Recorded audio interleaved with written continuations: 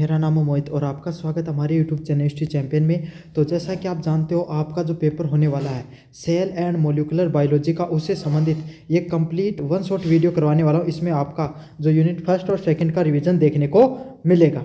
साथ के साथ आपको क्या करना है, वीडियो को लाइक कर देना, चैनल को सब्सक्राइब कर देना। अपने को 25,000 सब्सक्राइबर का जो टारगेट है उसको अचीव करना है। अभी तक हुए नहीं भाई, 10 फरवरी तक आप करवा दो, इतने में तो करवा ही सकते हो बहुत आराम आराम से। तो आप भी सब्सक्राइब करो, अपने दोस्तों से भी सब्सक्राइब कराओ, ताकि आप 25,000 सब्सक्राइबर तक अपन पहुंच सकें।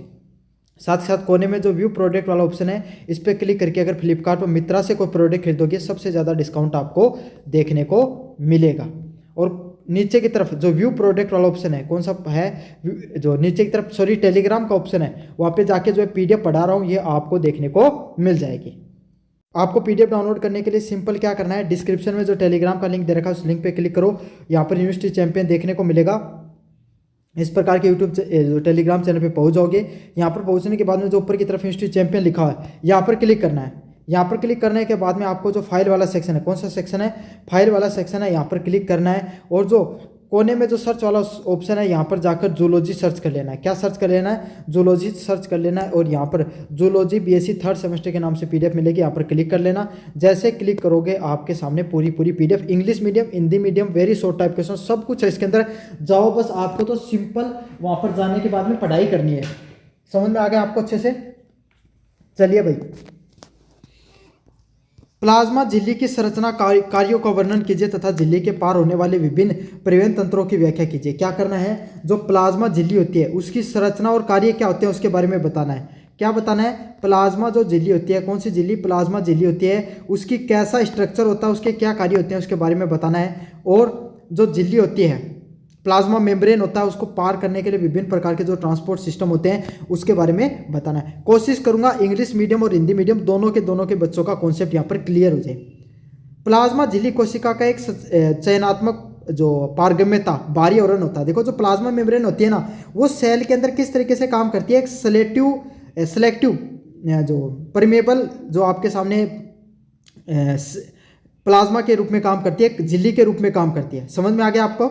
देखो क्या होता है, जैसे आप ये समझ लो कि जब अपन आटा छानते हैं ना, आटा छानती है आपकी मम्मी जी, तब उसके अंदर क्या रहता है, जो पतला पतला जो आपके सामने एकदम आटा रहता है वो तो नीचे की तरफ आ जाता है, और जो आपके सामने जो मोटे मोटे अनाज रहता है उसके अंदर, है ना, वो ऊपर की तरफ रह जाता है। तो इसी प्रकार की जो छन्नी होती है उसको क्या बोला जाता है, सेलेक्टिव परमेबल के नाम से जाना जाता है। या ऐसे भी समझ लो कि आपने क्या कर दिया, कोई नलका होता है, नलके के आगे आपने क्या कर दिया, एक कपड़ा बांध दिया, तो उससे पानी बाहर आ रहा है, कचरा रह जा रहा है। तो इस प्रकार की सेलेक्टिव परमेबल के रूप में काम करती है प्लाज्मा मेम्ब्रेन। कहाँ पर काम करती है, सेल में काम करती है।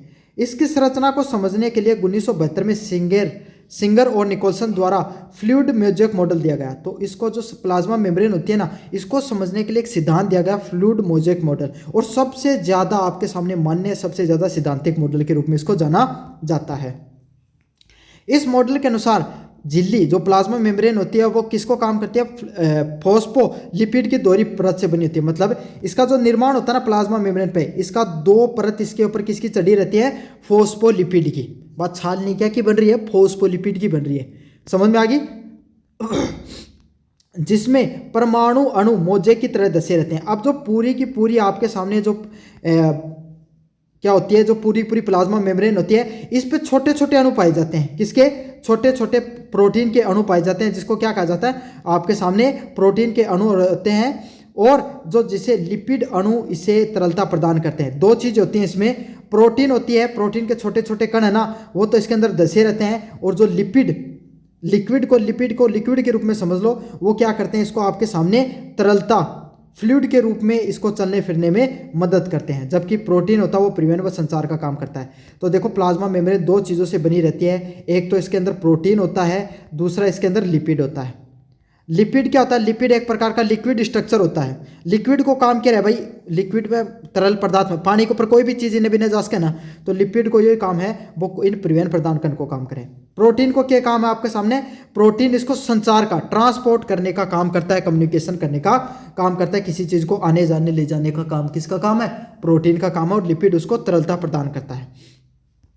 कौन समझ में आई? फिर से समझाओ, ये नदी है, समझ में आ गया आपको? नदी है ये पूरी, नदी के अंदर नाव है, तो ये समझ लो प्लाज्मा मेम्ब्रेन में जो प्रोटीन होती है वो तो नाव होती हैं, और जो नदी क्या है, लिपिड है। लिपिड का क्या काम है, वो आपके सामने इसको जो नाव को आगे पीछे करने का काम करेगी, मतलब ले जाने का काम करेगी। और प्रोटीन क्या करेगी, उसके अंदर नाव के अंदर कोई सामान रखा हुआ है उसको लेकर जाने का काम करेगी। अब मुझे उम्मीद आपको अच्छे से समझ में आ गई होंगी हर की हर चीज़। कार्यों की बात करें, सुरक्षा प्रदान करने का काम करती है। प्लाज्मा मेम्ब्रेन का काम क्या होता है, जो कोई भी सेल होती है उसको आंतरिक अंग, भाई प्लाज्मा मेम्ब्रेन के अंदर आपके सामने जितने भी जो अंग पाए जाते हैं उसको क्या करती है, आपके सामने उनके जो इंटरनल ऑर्गन होते हैं, सेल के जितने भी जो इंटरनल ऑर्गन होते हैं उन सभी इंटरनल ऑर्गन को आपके सामने क्या करती है, सुरक्षा, सिक्योरिटी प्रदान करने का काम करती है। क्या करती है, सिक्योरिटी देने का काम करती है। अगले वाला पॉइंट है चयनात्मक पारगम्यता। पहला तो ये हो गया कि जो आपके सामने प्लाज्मा मेम्ब्रेन है वो सेल के अंदर जितने भी जो ऑर्गन होते हैं उनको क्या करती है, आपके सामने उनको देने का, सिक्योरिटी देने का काम करती है, उनको सिक्योर करने का, सुरक्षित रखने का काम करती है। अगले वाली होती है सेलेक्टिव जो परमेबिलिटी होती है उसके बारे में। यह केवल आवश्यक पोषक तत्वों को अंदर बाहर ले जाने का काम करती है। क्या काम होती है भाई, जैसे छलनी का काम है ना, छलनी के रूप में भी काम करती है। मैंने पहले बताया था, कोई ज़रूरी चीज़ें होती है ना, ज़रूरी पोषक तत्व होते हैं, उसको तो सेल के अंदर जाने देती है, बाहर को आपके सामने बाकी को नहीं जाने देती है। और सेल के अंदर कचरा वगैरह हो गया, अपशिष्ट वगैरह, उसको बाहर भेज देती है। तो लाने ले जाने का काम एक गेट की तरह काम करने का काम करती है। और गेट भी ऐसा नहीं जिससे सब अंदर चले जाएं, जो आपके सामने सही चीज़ें हैं उस वही अंदर जा सकते हैं। अगले वाला परिवहन तंत्र, ट्रांसपोर्ट मैकेनिज्म। अब कैसा ट्रांसपोर्ट सिस्टम काम करता है कोई भी जो प्लाज्मा मेम्ब्रेन के अंदर। पहला होता है पैसिव ट्रांसपोर्ट। कौन सा होता है, निष्क्रिय परिवहन होता है। इसमें ऊर्जा एटीपी खर्च नहीं होती है। मतलब जो इस प्रकार का ट्रांसपोर्ट होता है ना, जो पैसिव ट्रांसपोर्ट, इसमें कोई भी प्रकार की ऊर्जा है जो एटीपी है, एटीपी क्या होती है, हमारे शरीर में ऊर्जा के रूप में काम करती है ना। जहाँ कोई भी नाव हो, बैटरी हो ना, तो बैटरी ऊर्जा काम करे, ऐसे शरीर में अपने एटीपी में ऊर्जा काम करी। अणु अपने उच्च सांद्रता से नीची सांद्रता की तरफ जाते हैं। हाई डेंसिटी से आपके सामने क्या होते हैं, लो डेंसिटी की तरफ जाते हैं, उच्च सांद्रता से निम्न सांद्रता की तरफ। जैसे पानी है भाई, आपके सामने पानी क्या करेगा, आपके सामने ऊपर से नीचे की तरफ जाता है। समझ में आ गया, ऊपर से नीचे की तरफ जाता है, ये समझ लो। ऐसे समझ में नहीं आ रहा तो दो कुएं हैं, दो बावड़ियां हैं, है ना। एक साइड में पानी भरा हो, उसमें क्या हो गया, पानी ज़्यादा हो गया तो वो कहाँ पर जाएगा, दूसरे वाले में चला जाता है। एक खेत में पूरा पानी भर गया, दूसरे वाले खेत में जा रहा है। समझ में आ गया। तो ये प्रोसेस होगी, इसमें कोई ऊर्जा की जरूरत थोड़ी पड़ती है, नहीं जरूरत पड़ती है। तो इस प्रकार का ट्रांसपोर्ट होता है जहाँ पर आपके सामने अणु उच्च सांद्रता से निम्न सांद्रता की तरफ जाते हैं, उसको क्या कहा जाता है, निष्क्रिय परिवहन के नाम से जाना जाता है। अगले वाला आता है सक्रिय परिवहन। इसमें अणु को सांद्रता प्रवणता के विपरीत होती है। मतलब इसमें जो ट्रांसपोर्ट होता है वो कैसे होता है भाई, आपके सामने निम्न सांद्रता से उच्च सांद्रता की तरफ जाता है।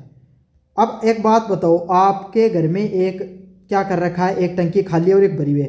तो जो भरी हुई टंकी से खाली टंकी में तो पानी आराम से चल जाएगा, लेकिन अब आपको क्या करना है, जो खाली टंकी के अंदर थोड़ा बहुत पानी था, आधा पानी, उसको अगर दूसरी वाली में भर रहे हो तो क्या होगा, आपको पंप लगाने की जरूरत पड़ेगी। तो उसमें क्या होगा, ऊर्जा का खर्च होगी।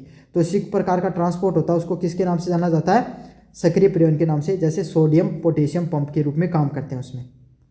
सुगम परिसरण, फैसिलिटेटेड डिफ्यूजन क्या होता है, विशिष्ट स्पेशल प्रकार के प्रोटीनों का एक चैनल बनता है। मतलब स्पेशल प्रकार के प्रोटीन होते हैं ना, वो आपके सामने अणुओं को प्रिवेंट करने का काम करते हैं, अणुओं को ट्रांसपोर्ट करने का काम करते हैं। उसको फैसिलिटेटेड डिफ्यूजन के नाम से जाना जाता है। समझ में आ गया आपको अच्छे से प्रश्न। अगले वाला प्रश्न है एंडोप्लाज्मिक रेटिकुलम ER एवं गोल्जी उपकरण की संरचना एवं कार्यों की व्याख्या कीजिए तथा वेसिकुलर परिवहन व प्रोटीन सॉर्टिंग का वर्णन कीजिए। क्या बताना आपको, एंडोप्लाज्म रेटिकुलम के बारे में बताना है, गोल्जी उपकरण की संरचना और कार्यों के बारे में बताना है। मोस्ट इंपॉर्टेंट प्रश्न है। वेसिकुलर परिवहन व प्रोटीन सॉर्टिंग क्या होता है उसके बारे में बताना है। इंपॉर्टेंट प्रश्न है, अच्छे से करेंगे। एंडोप्लाज्म रेटिकुलम क्या होता है, यह जालीदार नालियों का विस्तृत जाल होता है। मतलब अलग अलग प्रकार के विस्तृत प्रकार की जालियों का एक प्रकार से आपके सामने जाल देखने को मिलेगा। चलो भाई, इंग्लिश मीडियम वालों में तो मैंने बाकायदा सब कुछ डाल रखा है। तो देखो ये ऐसा होता है एंडोप्लाज्म रेटिकुलम। वैसे तो बायोलॉजी के विद्यार्थी आपको पता ही है, लेकिन फिर से दिखा देता हूँ। देखो अलग अलग प्रकार की जो आपके सामने जालियाँ सी दिखाई दे रही है ना, इस प्रकार का जाल देखने को मिलता है किसमें, एंडोप्लाज्म रेटिकुलम में। तो इंग्लिश मीडियम वाले PDF खोल के देख लेना, इसमें सभी के सभी नोट्सों में मैंने बाकायदा फोटो भी डाल रखे हैं। समझ में आ गया। और दो प्रकार का होता है एंडोप्लाज्म रेटिकुलम, एक होता है खुरदरा endoplasm reticulum, rough endoplasm reticulum. अगले वाला होता है आपके सामने जो चिकना स्मूथ एंडोप्लाज्म रेटिकुलम। दोनों में क्या अंतर होता है, देखो रफ क्यों होता है, ये जो एंडोप्लाज्म रेटिकुलम रफ क्यों होता है, क्योंकि उसके ऊपर छोटे छोटे राइबोसोम्स पाए जाते हैं। क्या पाए जाते हैं? छोटे छोटे राइबोसोम्स पाए जाते हैं। और इन राइबोसोम्स का क्या काम होता है आपको पता है? राइबोसोम्स का ये काम होता है वो प्रोटीन को बनाते हैं। क्या काम करते हैं? प्रोटीन संश्लेषण का काम होता है किसका?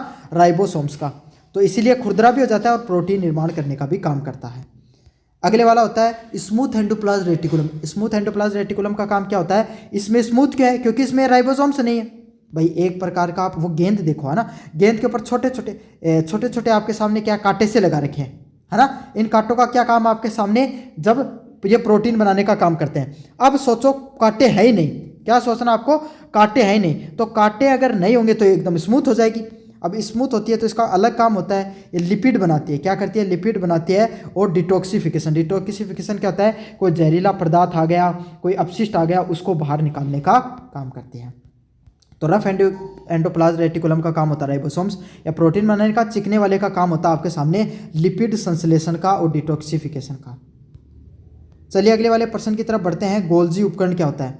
चपटी झिल्लीदार थालियां जो सीरोटनी का एक समूह होता है, मतलब एकदम चपटी। आपके सामने गोल्जी उपकरण क्या होता है? देखो दिखा, इसमें गोल्गी अपैरेटस की तो नहीं है, लेकिन आपके सामने एंडोप्लाज्म रेटिकुलम की देख लो। देखो छोटे छोटे आपके सामने राइबोसोम्स है। ये क्या करते हैं? आपके सामने प्रोटीन संश्लेषण का काम करते हैं। और जो स्मूथ वाले हैं देखो इन पे नहीं है राइबोसोम्स, तो ये लिपिड का और डिटॉक्सिफिकेशन का काम करते हैं। इसमें गोल्गी अपैरेटस की तो फोटो मैंने नहीं डाल रखी है, कोई बात नहीं, चलो है ना। काम क्या होता है इसका? जो गोल्जी उपकरण होता है ये चपटी और झिल्लीदार थालियों का एक समूह होता है जो दो भाग में बटा रहता है, सिस फेस और ट्रांसफेस। सिस फेस और ट्रांसफेस, सिस फेस होता है आपके सामने न्यूक्लियस की तरफ, ट्रांसफेस झिल्ली की तरफ होता है। और इसका कार्य क्या होता है? इसका कार्य को पदार्थ का संशोधन करने का काम होता है। मतलब गोगली अपरेटस या मतलब ट्रांसपोर्ट करने का काम करता है। क्या काम करता है? चीज़ों को ट्रांसपोर्ट करने का काम करता है, इधर से उधर चीज़ों को ट्रांसपोर्ट करने का काम करता है। डाकिया समझ लो, एक प्रकार से डाकिया है अपनी। पोस्ट ऑफिस ऑफ सेल के नाम से इसको जाना जाता है। किसको? गोगली अपरेटस को। वेसिकुलर परिवहन क्या होता है और प्रोटीन सॉर्टिंग क्या होता है? वेसिकुलर परिवहन क्या होता है और प्रोटीन सॉर्टिंग क्या होता है? प्रोटीन सॉर्टिंग में प्रक्रिया होती है जिसके द्वारा कोशिकाएं प्रोटीन को उसको सही गंतव्य तक पहुंचाती है। मतलब प्रोटीन सॉर्टिंग वही प्रक्रिया होती है जिसके द्वारा जो सेल होती है ना, जिसके द्वारा जो आपके सामने सेल्स होती हैं वो क्या करती हैं? आपके सामने प्रोटीन को सही जगह पर पहुंचाने का काम करती है। क्या करती हैं? प्रोटीन को सही जगह पर पहुंचाने का काम करती हैं। भाई एक बात बताओ, आपने क्या क्या अमेजोन से कोई प्रोडक्ट मंगाया, अमेजोन ने भेज दिया, लेकिन डिलीवरी वाला जब तक उसको अपने घर तक नहीं पहुंचाएगा तब तक उसका कोई मतलब है? नहीं मतलब है। तो यही एकदम डिलीवरी बॉय की तरह काम करते हैं एंडोप्लाज्म रेटिकुलम, जिससे जो प्रोटीन बन कर आते हैं क्या से आपके सामने एंडोप्लाज्म रेटिकुलम को, उसको घर तक आपके सामने पहुंचाने का काम करते हैं। ये काम है इनका मेन। चलिए अगले वाले प्रश्न की तरफ अगर अपन आगे बढ़े, आरआर पर बनने वाले प्रोटीन वेसल्स नन्ही थैलियों को पैक करके गोल्जी के सिस फेस तक पहुंचाते। क्या काम है? जो रफ एंडोप्लाज्म रेटिकुलम होता है उसमें क्या है? आपके सामने प्रोटीन बन गए, अब उसके छोटे छोटे पैकेट बना दिए, मतलब प्रोटीन को थैलियों में पैक करके क्या कर दिया? सिस फेस होता है उसको तरफ पहुंचा दिया जाता है। फिर अगला काम क्या होता है? गोल्जी के अंदर प्रोटीन में सकरा जोड़ी जाती है। फिर जो गोल्जी एपरेटस होता है वो क्या करता है? भाई आपके सामने जैसे आपने अमेजोन का वेयर हाउस होता है उसके अंदर क्या कर दिया जाता है? अमेजोन के वेयर हाउस के अंदर क्या होता है? सबसे पहले कोई प्रोडक्ट आया उसको पैक कर दिया, पैक हो गया, फिर उसके ऊपर टैग लगा दिया जाएगा, भाई ये यहाँ पर जाएगा, ये यहाँ पर जाएगा। यही काम यहीं पर होता है आपके सामने, जहाँ पर क्या होता है? जो इसके अंदर शर्करा शुगर जोड़ी जाती है, ग्लाइकोसिन, जो उस पर एक विशेष टैग होता है और उस टैग से ये तय होता है कि ये चीज़ कहाँ पर जाएगी। समझ में आएगा? ये टैग ये तय करने का प्रयास करता है कोशिका के बाहर जाएगा या लाइपोसोम्स में जाएगा या कोशिका झिल्ली का हिस्सा बनेगा। तो जैसे आपके सामने जो अमेजोन का वेयर हाउस होता है वैसे गोल्गी अपरेटस में क्या होता है?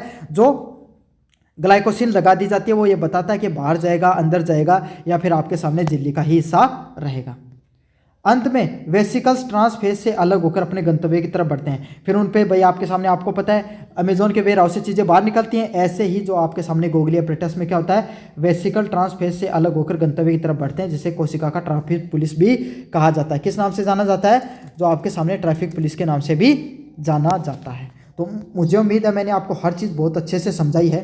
चलिए बच्चों अगले वाले प्रश्न की तरफ बढ़ते हैं। माइटोकॉन्ड्रिया की संरचना का वर्णन कीजिए। माइटोकॉन्ड्रिया होता क्या है?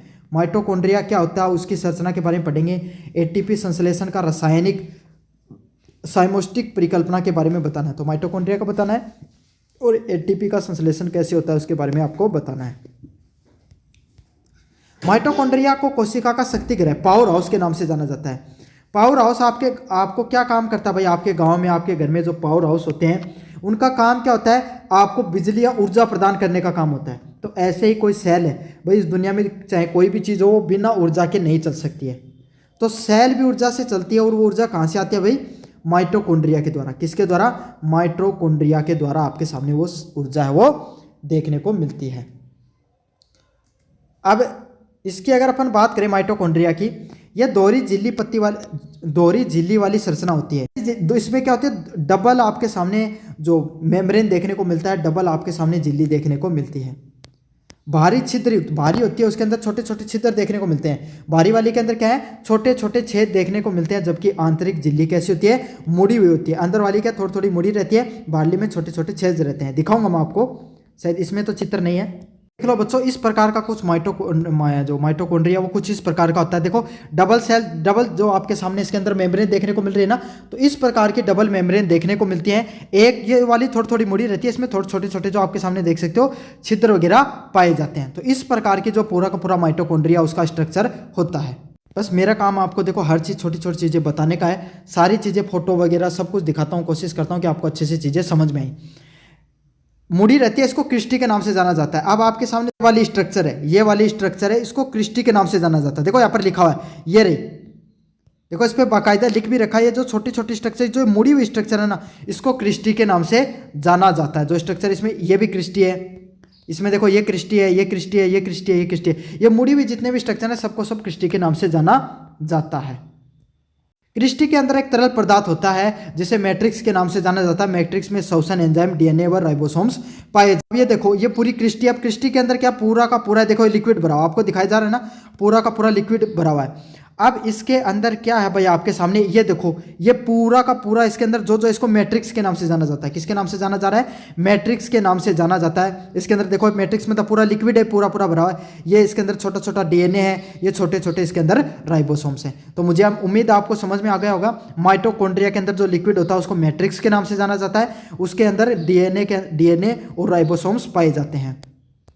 जो ये सेल मुड़ी हुई है इसको क्रिस्टी के नाम से जाना जाता है ना। और ये जो इसके अंदर दो झिल्लियों से बनी होती है, पहली वाली को आउटर मेम्ब्रेन बाहरी झिल्ली, और अंदर वाली को जो इनर मेम्ब्रेन के नाम से जाना जाता है। तो क्या बच्चों आपको समझ में आया है नहीं आया? स्ट्रक्चर देख के सारी की सारी चीज़ें एक बार फिर से 1 मिनट और आपको एक्स्ट्रा दे रहा हूँ, अच्छे से सभी पॉइंटों को समझ लो भाई। मुझे उम्मीद आपको सारी चीज़ें अच्छे से दिख गई होंगी, आपने अच्छे से समझ ली होगी।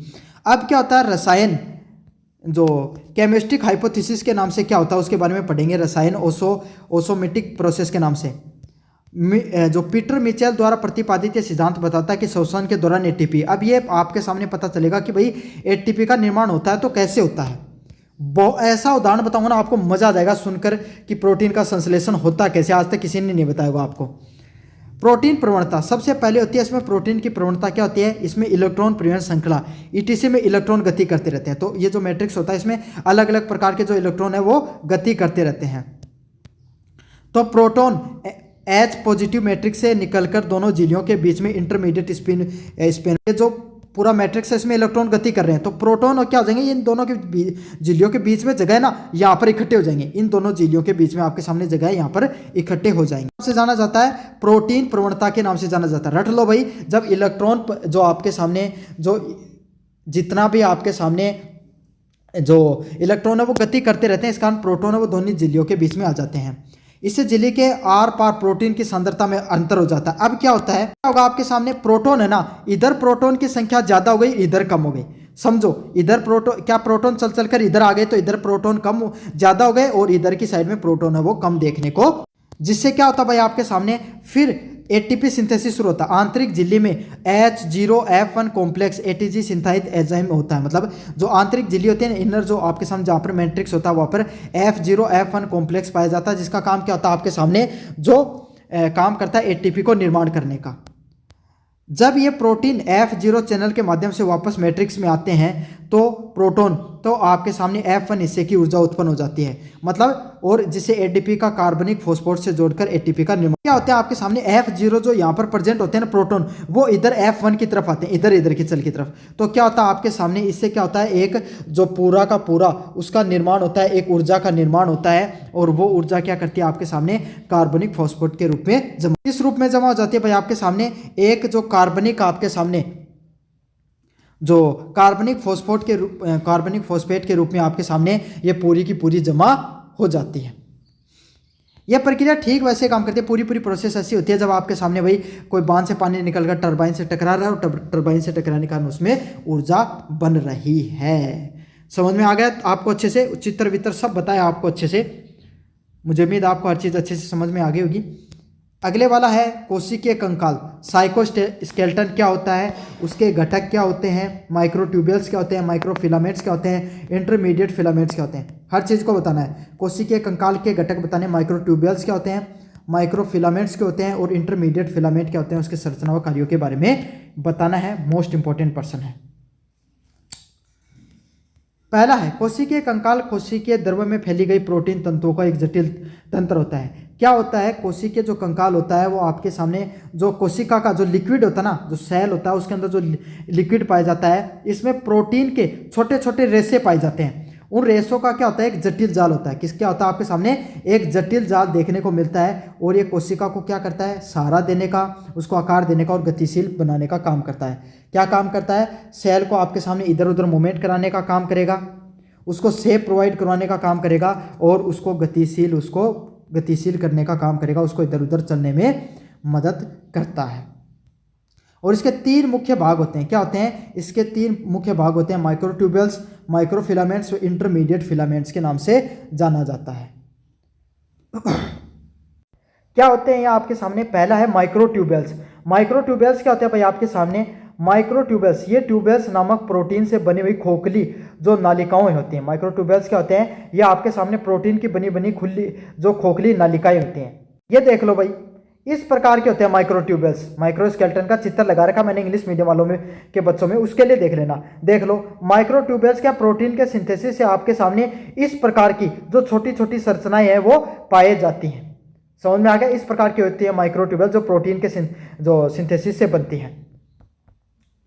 ऊपर की तरफ अगर अपन फिर से बढ़ें जो इसको देखेंगे, जिसका काम क्या होता है, जिसकी मोटाई 25 mm की होती है। इसकी मोटाई कितनी होती है, 25 माइक्रो आपके सामने नैनोमीटर की होती है। ये कोशिकाओं के भीतर रेलवे ट्रैक की तरह काम करते हैं। किस तरीके से काम करते हैं, जैसे रेलवे ट्रैक का काम ट्रांसपोर्ट करने का होता है ना, उसके रूप में काम करती हैं, जिस पर अंग का परिवहन होता है, और कोशिकाओं के विभाजन के दौरान ये तंतु स्पिनल बेंड बनकर गुणसूत्रों को अलग कर देते हैं। क्या काम होता है भाई, ये इनका काम माइक्रोट्यूब्यूल्स है वो आपके सामने एक प्रोटीन की तरीके से होती हैं, और इनका काम क्या होता है, इनका काम होता है ट्रांसपोर्ट करने का। क्या काम होता है, ट्रांसपोर्ट करने का काम होता है। और जब कोशिका का आपके सामने सेल डिवीजन होता है, क्या होता है, जब सेल का जो डिवीजन होता है उसके अंदर क्या देखने को मिलता है भाई आपके सामने, ये फाइबर स्पिंडल्स जो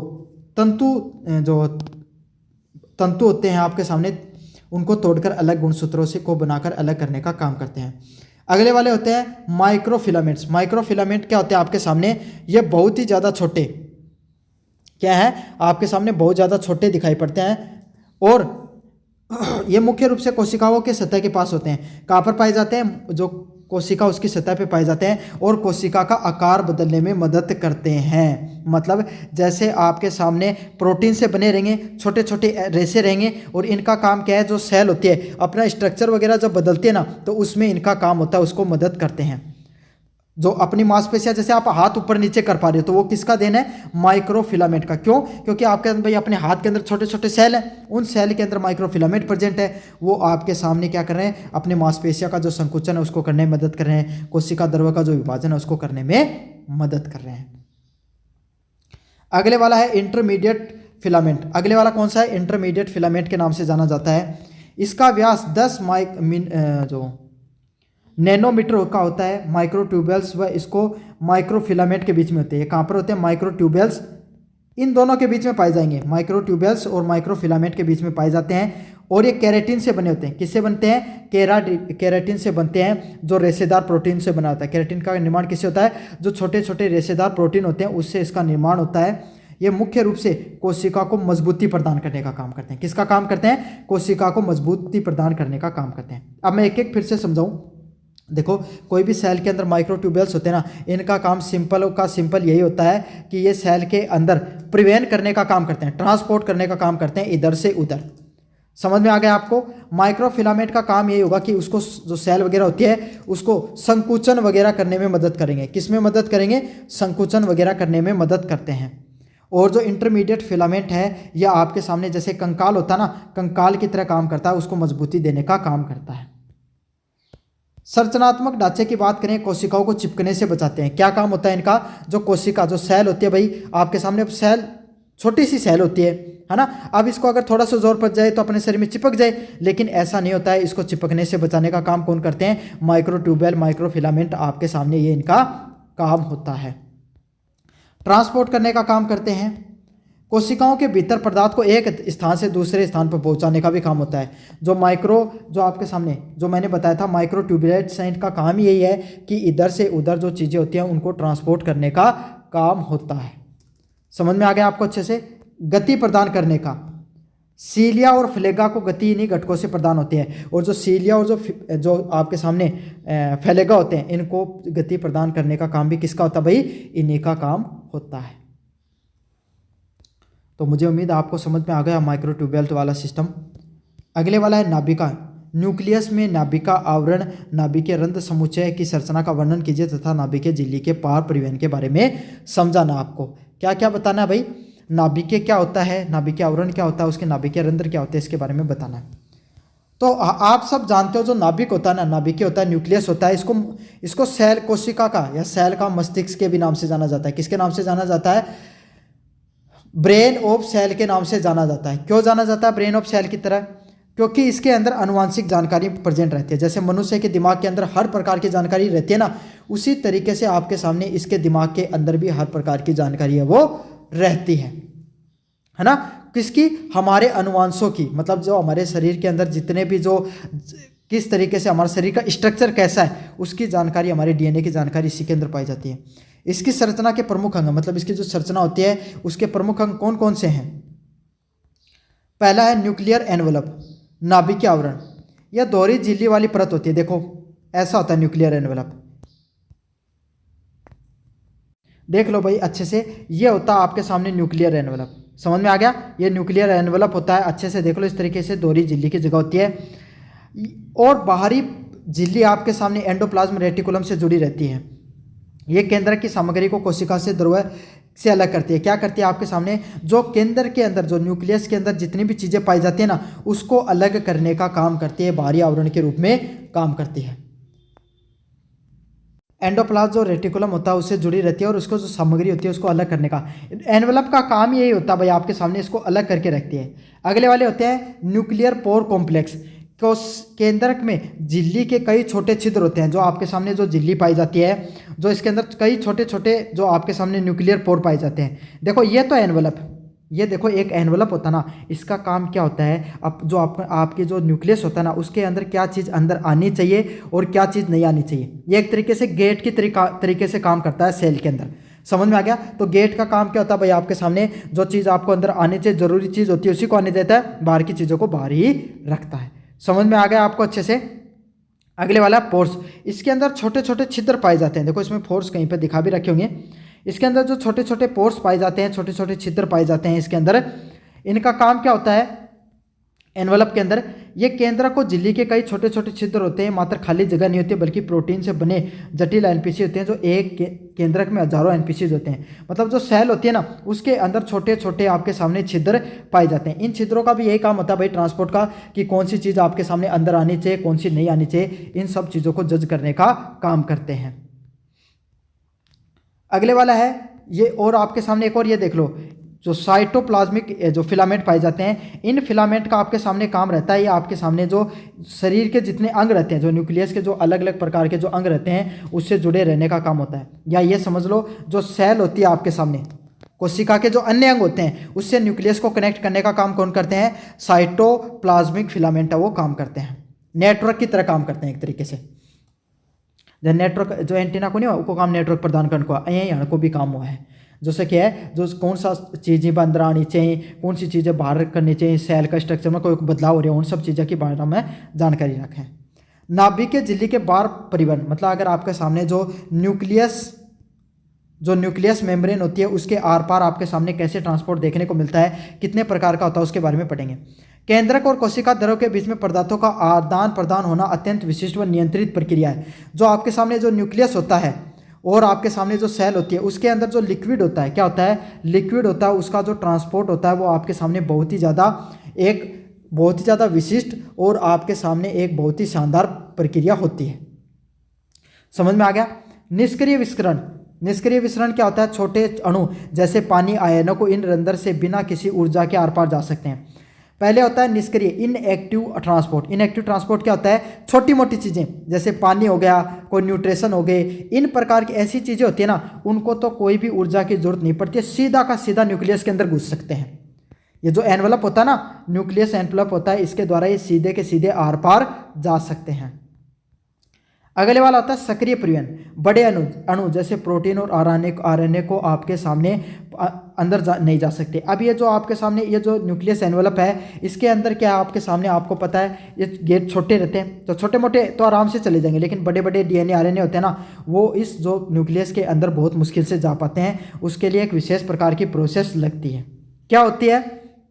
इसके दो सक्रिय परिवहन के दो भाग होते हैं, आयात इनपोर्ट और एक्सपोर्ट। इनपोर्ट में क्या होता है?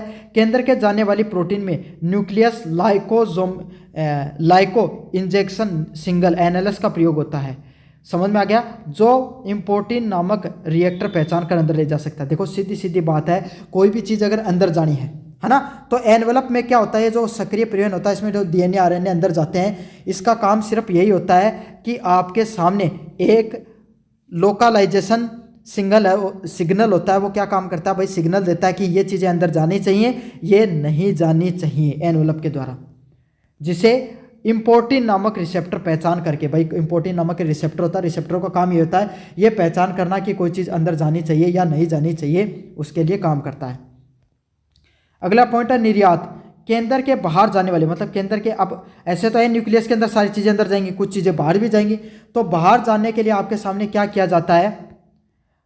बाहर चीज़ें कैसे निकाली जाती हैं? एक्सपोर्टिन द्वारा बाहर निकाली जाती हैं। शरीर के अंदर जो एक्सपोर्टिन नामक, जो न्यूक्लियस के अंदर एक्सपोर्टिन नामक चीज़ होती है, एक सिग्नल होता है, वो क्या करता है? उसको बाहर निकालने का काम करता है। ये पूरी की पूरी प्रोसेस रेन जीपीटी नामक एक ऊर्जा स्रोत के द्वारा संचालित होती है। किसके द्वारा? रेन जीपीटी नामक आपके सामने एक ऊर्जा का स्रोत होता है, उसके द्वारा संचालित होती है।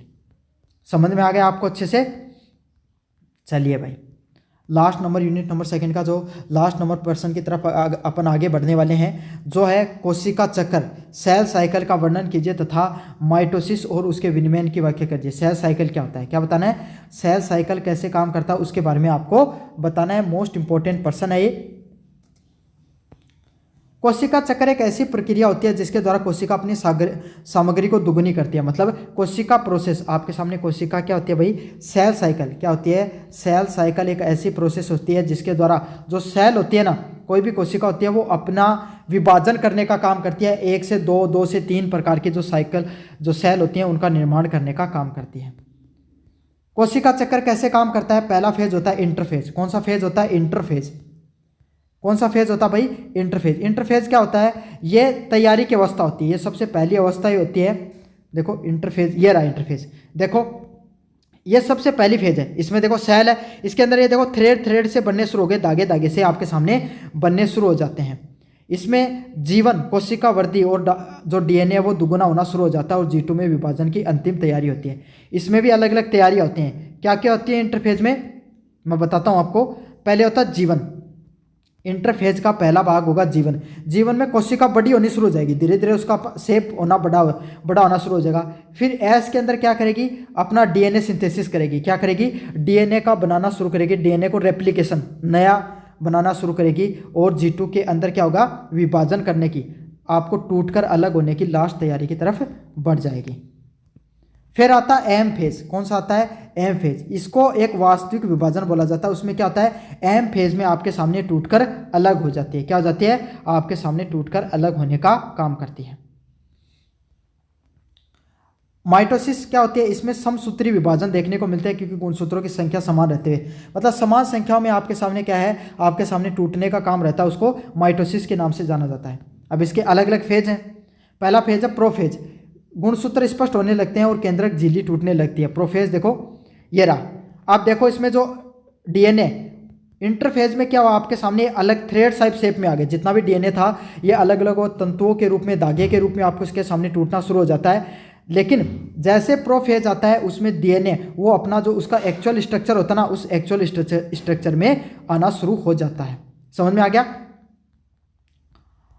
अगले वाला होता है आपके सामने मेटाफेज। मेटाफेज में आपके सामने क्या देखने को मिलता है? मेटाफेज में सभी गुणसूत्री कोशिकाओं के मध्य में एक पंक्ति संरेखित होती है। मतलब देखो ये रही। अब जो डीएनए वो एक लाइन में आ जाएगा। डीएनए क्या करेगा भाई? आपके सामने एक पूरी की पूरी लाइन बना देता है। क्या काम करता है? एक पूरी की पूरी आपके सामने लाइन बनाने का काम होता है। किसका? डीएनए का। अगले वाला आता है एनाफेज। एनाफेज क्या होता है? एनाफेज गुणसूत्रों को जोड़ अलग होकर विपरीत ध्रुवों की तरफ खींचते हैं। फिर आपके सामने क्या हो जाते हैं भाई? मेटाफेज में एक जगह हो गए, अब एनाफेज में आपके सामने अलग अलग हो जाएंगे। ये वाला पोलर इसको इधर खींचेगा, ये वाला पोलर है वो इसको अलग खींचेगा। दोनों ध्रुव अपने तरफ से आकर्षित करते हैं और उसको अलग अलग फैलाने का काम करते हैं। समझ में आ गया? लास्ट वाला फेज है इसके अंदर। कौन से वाला? टेलीफेज, जिसमें दो नए न्यूक्लियस का रिप्रेजेंटेशन होता है और जो न्यूक्लियस होता है वो भाग में बढ़ जाता है। अब दो अलग अलग भागों में बट गया। टेलोफेज में क्या हो गया? दोनों है न्यूक्लियस अलग अलग हो गए और ये आपके सामने सेल का डिवाइड होने लग जाता है। रेगुलेशन की बात करें, कोशिका चक्र का नियंत्रण चेक पॉइंट के द्वारा किया जाता है। जो कोशिका साइकिल है उसको किसके द्वारा किया जाता है? सही, चेक पॉइंट के द्वारा। किसके द्वारा? चेक पॉइंट के द्वारा नियंत्रित किया जाता है और ये सुनिश्चित करता है कि पिछला चरण पूरा हुआ या नहीं हुआ, मतलब जो पिछला चरण वो सही से हुआ या नहीं हुआ इसके बारे में नियंत्रित किया जाता है। नियंत्रण प्रोटीन, प्रमुख प्रोटीन जो साइसिन्स सीडीकेजी एंजाइम से आपस में जुड़ते हैं तभी कोशिकाओं का अगला चरण में प्रवेश करते हैं। यदि डीएनए में कोई त्रुटि होती है तो P53 को प्रोटीन चक्र को रोक देता है और विनिमयन विफल हो जाते हैं जो कोशिकाओं के नियंत्रित होकर विभाजित होने लग जाती है। मतलब अगर जो कोई डीएनए है ना, डीएनए में अगर कोई दिक्कत हो गई तो क्या हो जाएगा? P53 जैसे प्रोटीन चक्र को रोक जाता है, जिसमें क्या होता है? कंट्रोल डीएनए आपको बनता है और जिससे आपके सामने क्या बहुत ज़्यादा सेल है वो टूटना शुरू हो जाती हैं। उसी से कैंसर का निर्माण होता है। तो बच्चों ये था सेल एंड मॉलिक्यूलर बायोलॉजी का पेपर। कैसा लगा आपका वन शॉट वीडियो? कैसा लगा वीडियो जरूर से बताना। चैनल को जरूर से सब्सक्राइब कर देना। धन्यवाद।